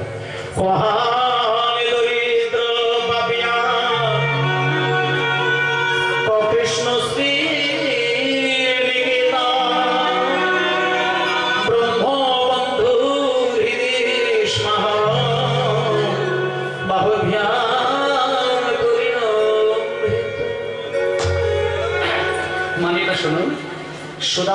মহান দরিদ্র পাপিয়ান, মানে কোথায় আমি একজন দরিদ্র এবং পাপী। ও কৃষ্ণ নিকেতন, কোথায় কৃষ্ণ আমার কানায়, মা লক্ষ্মীর গৃহস্বরূপ ব্রহ্মবন্ধু গিরিশ মহম। যেহেতু শুধু আমি তার ছোটবেলার বন্ধু, তাই আমাকে কাছে পাওয়ার সঙ্গে সঙ্গে আমাকে বুকের মাঝখানে জড়িয়ে ধরেছে। আমি আর কিছুই চাই না, হরে কিছু চাই না, হরে আমি জন্মে জন্মে বন্ধু হতে পারি, আমি জন্মে জন্মে বন্ধু হতে পারে, আর কিছু চাই না। সুদামা বাড়িতে আসলেন। বাড়িতে এসে যে তালপাতার ঘর, সেটা একটা রাজা ভেঙে দিয়ে রাজবাড়ি তৈরি করেছেন। সুদামা কাঁদতে কাঁদতে রাজপ্রাসাদের দরজার সামনে এলেন। দেখলো নিজের স্ত্রীর রূপটা কি জানেন? তখন সর্ব অলঙ্কারে ভূষিতা হয়ে দামি শাড়ি পরে গয়নাগাটি পরে রানী হয়ে বাইরে আসছেন। সুদামা বলছে, কুচে ভাই কি রূপ, তার বাড়ি? স্ত্রী বলছেন, স্বামী যেদিন আপনি রেখে গেলেন তার পরের দিনে স্বয়ং বিশ্বকর্মা এসে রাজবাড়ি তৈরি করলেন, আর স্বয়ং কুবের এসে ধনরত্ন একবারে ঢেলে দান করলেন, আর মা লক্ষ্মী ঠাকুর এসে আমাকে সর্ব অলঙ্কারে ভূষিতা করে দিলেন। সুদামা পিছন ঘুরে দাঁড়িয়েছে।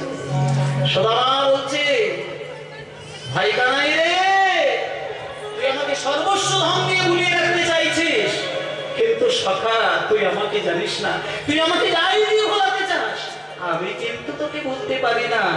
প্রেমময় দেহ হবে আমার জনমে জনমে, হরি হরি হরি হরি আমার জনমে জনমে, প্রেমময় দেহ হবে আমার জনমে জনমে, প্রেমময় শ্রী হরি আমার জনমে জনমে, আর কিছু নাহি চাই ওই শ্রী চরণে, আর কিছু নাহি চাই ওই শ্রী চরণে, আমি আর কিছু চাই না, আমি কিছু চাই না, আমি বন্ধু হতে পারি, আর কিছু চাই না, জন্মে বন্ধু হতে পারি, আর কিছু চাই না, আমি বন্ধু হতে পারি, ভাই কানাইয়ের চরণে, আমি বন্ধু হতে পারি, জন্মে বন্ধু হতে পারি, জন্মে বন্ধু হতে পারি, জন্মে বন্ধু হতে পারি, জয় হরি বল হরি বল, হরি কিছু চাই না।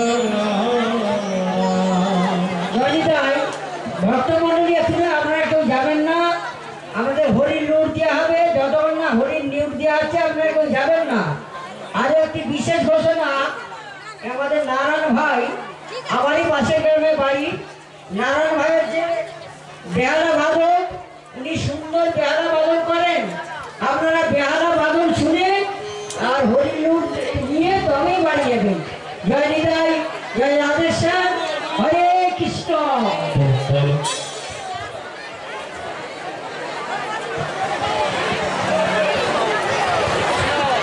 হ্যালো, সদস্যদেরকে জানানো হচ্ছে যে আপনারা আজকে বাড়ি যাবেন না, একটু ওয়েট করে যাবেন। সদস্যদেরকে জানাচ্ছি আপনারা একটু ওয়েট করে যাবেন।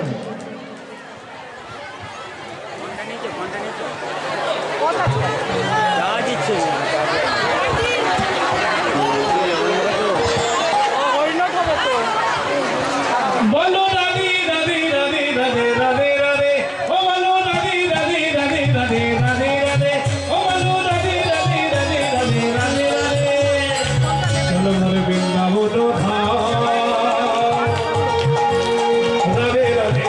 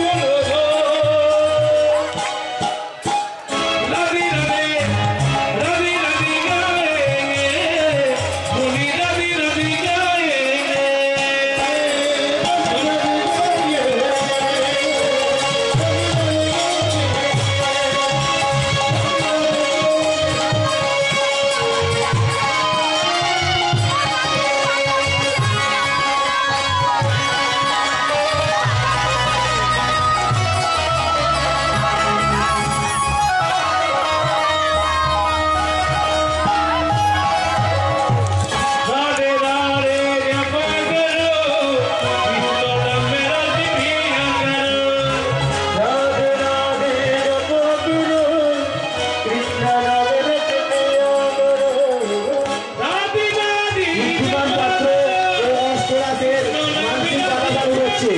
ঋদ্ধিমান পাত্র ও অষ্টদাসের মানসিক বাধা চালু হচ্ছে। এছাড়াও বারবেরিয়া নিতাই গৌড় সেবাশ্রমের নিজস্ব বাধা চালু হচ্ছে। ঋদ্ধিমান পাত্র, অষ্টদাস ও বারবেরিয়া নিতাই গৌড় সেবাশ্রমের বাধা চালু হচ্ছে।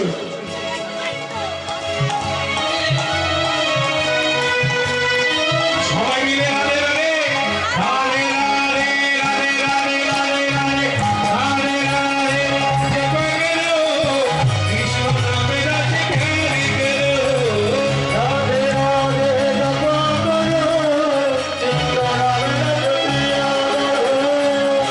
রাধে রাধে জপ করো কৃষ্ণ নামে রাধে ধ্যান